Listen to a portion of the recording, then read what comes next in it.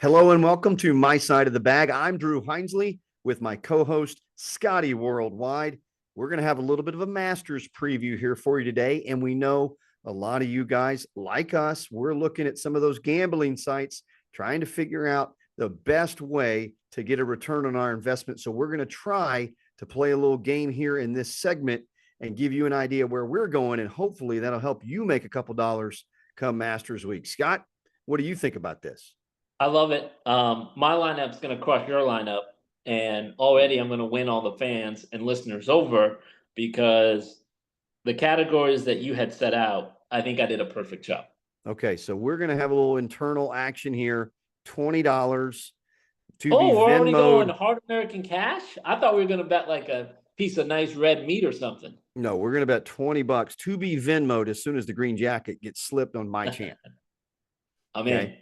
So you might as well have Venmo app ready to go on the back nine and just hit send as soon as that last putt falls. All right, here we go. Venmo, do you not have Zelle? I like it in the account right away. All right, so before we get into our picks, let's talk a little bit about the 2024 Masters. Comes up here very soon. Folks are probably watching this early in Masters Week, maybe trying to get a little inside track from a couple of caddies. One who's been very fortunate to have carried a bag around that place in a tournament, all 4 rounds, mind you. That's not done every time by a first-time caddy, so very proud of that. T21 finish, and I got to visit Butler Cabin on Sunday night. We can get into that a little later, maybe in a later episode. Fun story there, but finishing your week at Butler Cabin on Sunday night is what every single participant wants to do. What are going to be some of the keys to do that as far as you're concerned, Scottie Worldwide?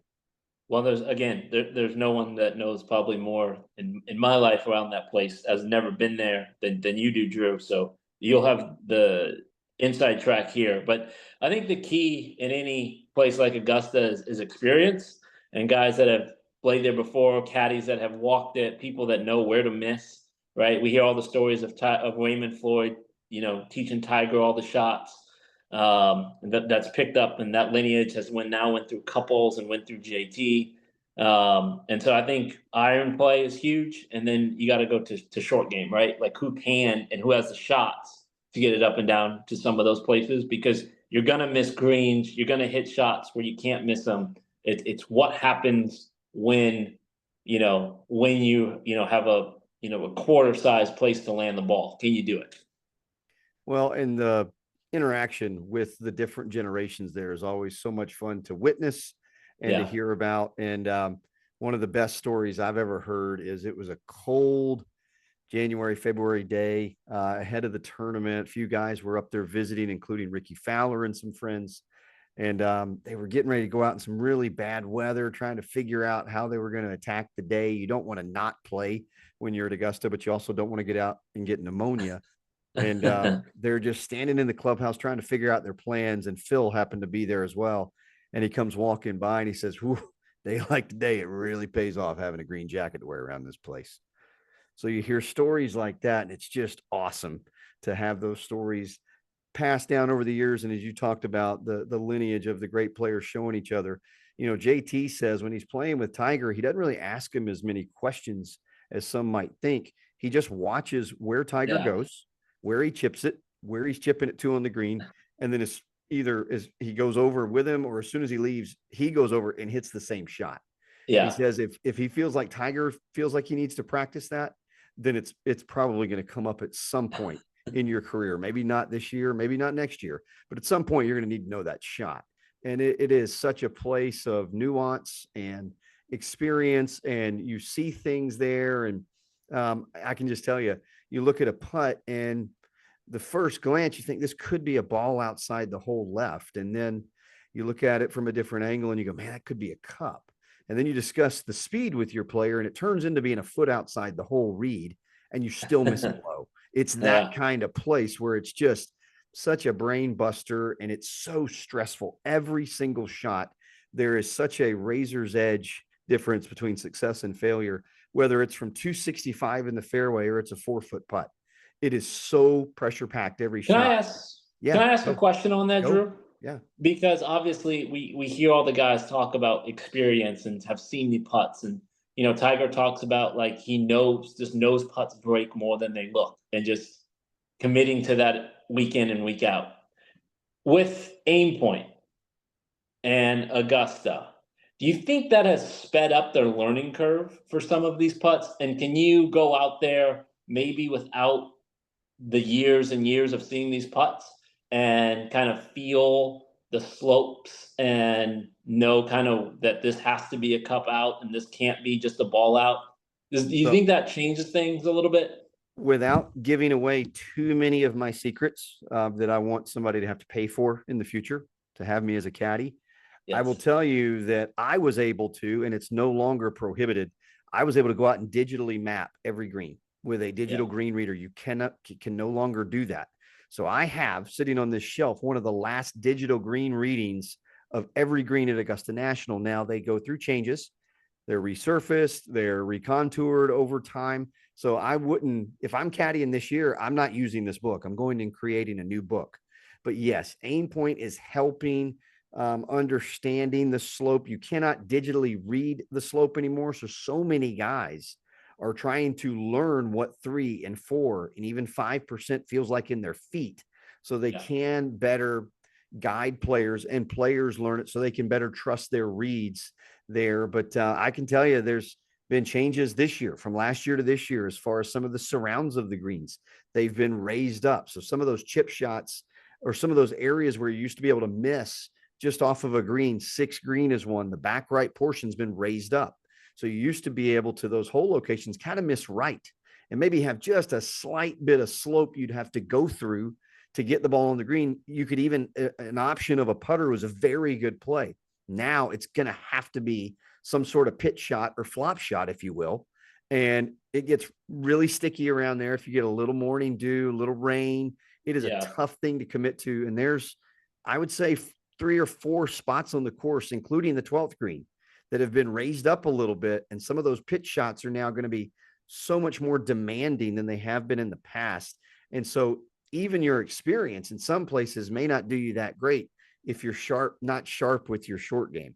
And so that's what's so much fun about that place is guys have different setups in their wedges. They go to for a little bit more of a leading edge, less bounce, because they don't want the bounce to happen on that Yeah. overseed rye with some Bermuda underneath. There's all these things going through your head over some of those shots. And again, it's just so pressure packed and it's so much fun to watch.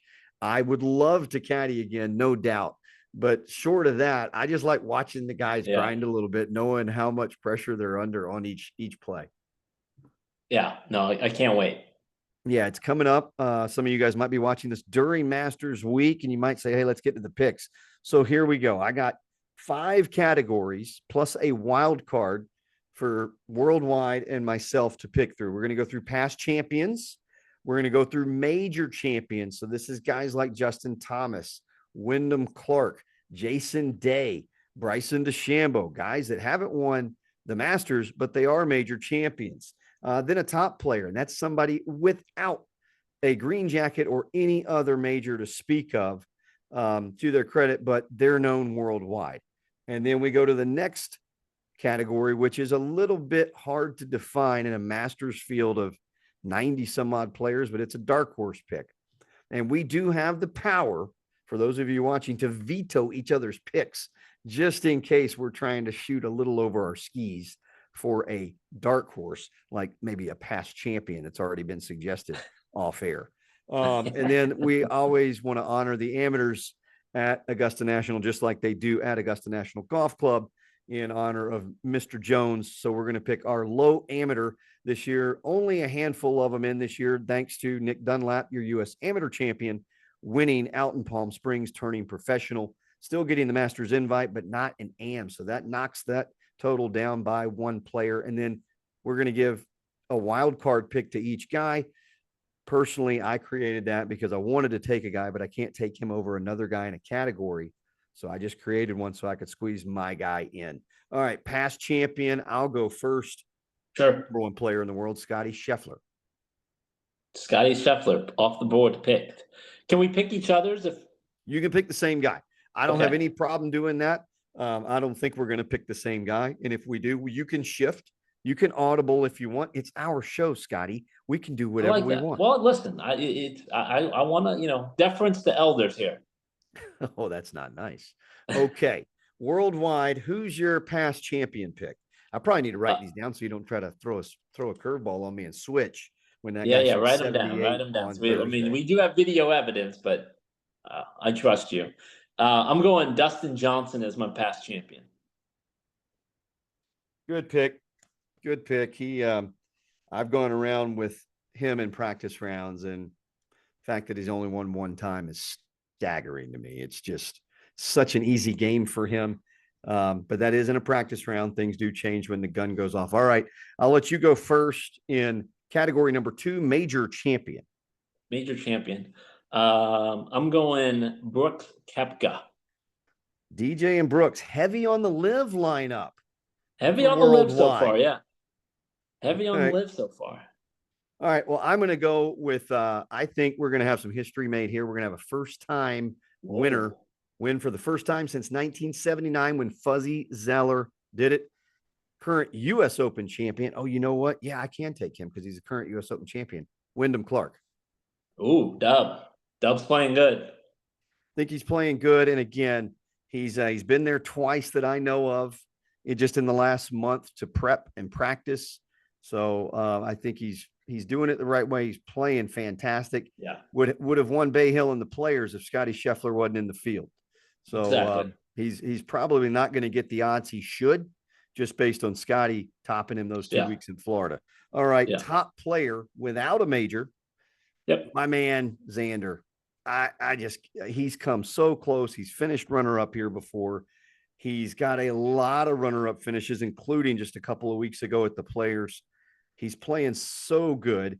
His caddy, Austin, I think Yep. they're one of the best teams in pro golf. And I'm Wow. picking X-Man as my top player. Wow. On another show, I would love for you to talk about your favorite teams out there, caddy and player. Um, I'm gonna go Will Zalatoris. Good pick.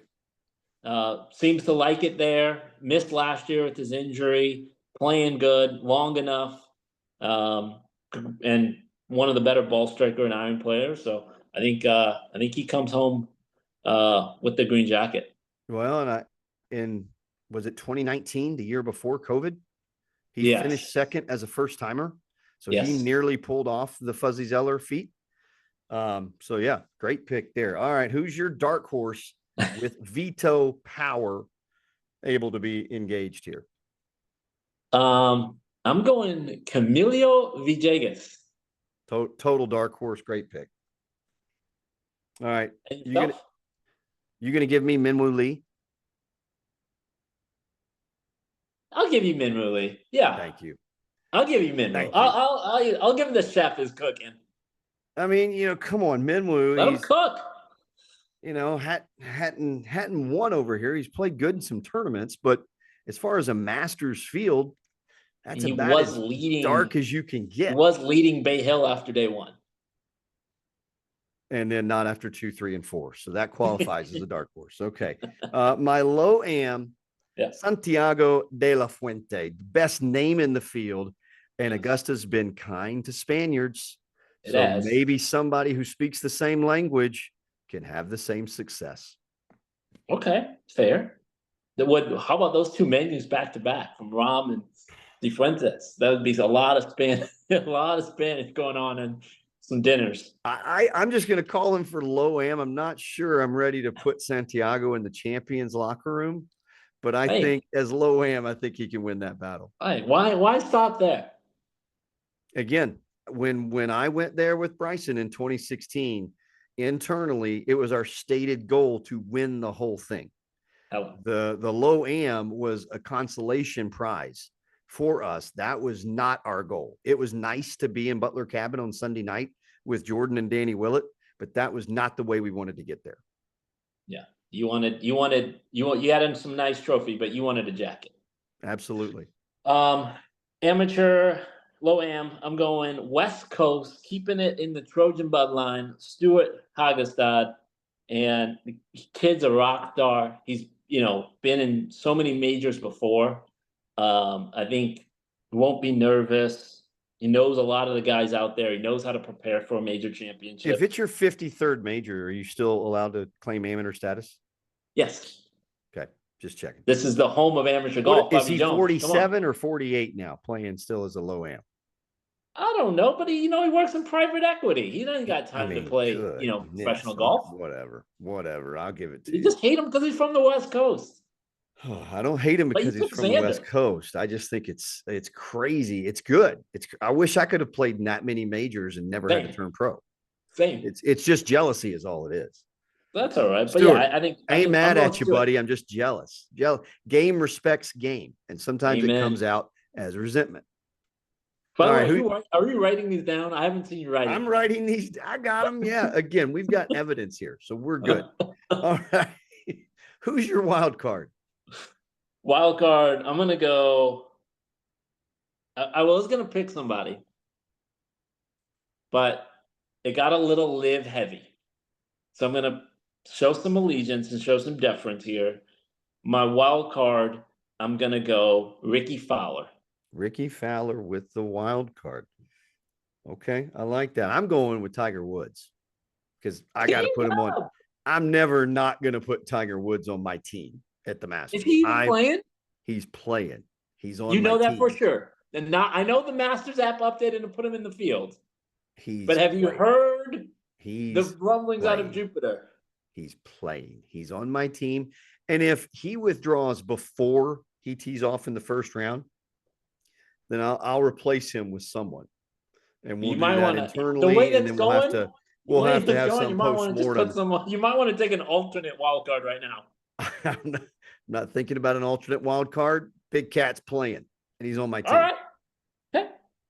And when he wins, and you've got tears in your eyes on Sunday night watching, you'll be like, "My man called it." Just saying. Listen. I'll look right in this camera and tell you that I did shed tears in 19 because I thought that was unbelievable, and to see what he did and have his kids there, and there's no one that ever believes more in Tiger Woods than me. Is the reason I'm on this podcast with you. But I just want to know for sure he's playing. The reason I'm in golf is teed up. There you go. And quick story, Kevin Streelman, who's the same age as me, we were walking down a fairway a couple of years ago explaining to some of the young bucks that the kids on the math team were more popular and probably had better looking girlfriends than the kids on the golf team back in the early and mid 90s. It was not the sport that it is today as far as cool factor. Yeah. There weren't podcasts on golf in the early 90s. Nobody cared that was young enough to do a podcast. So 1997, April of 97, former athletes like me all over the world said, that might be something I can do now that I'm no longer playing the sport I grew up playing. And that's how I came to golf. So I'm going to put him on my team because he's going to win. Maybe Wyndham beats him in a playoff. Okay. I've already said Wyndham. Is Lance going with them? Lance will be there. Lance will be there at Augusta. Lance Bennett, former LPGA caddy. And I think I've got a couple of photos with Lance that go back more than 20 years. Yeah. See, I like so happy now for people, him now walking people down have, those fairways people with Tiger. take away that from the show. They got a little insight there.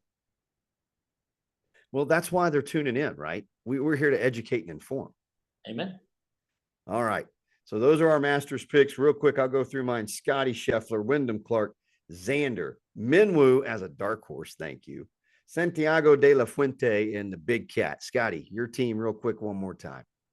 DJ, Brooke, Zalatoris, Camilo Villegas, Stuart Hagasakas, Am, and Wildcard Ricky. Wildcard Ricky.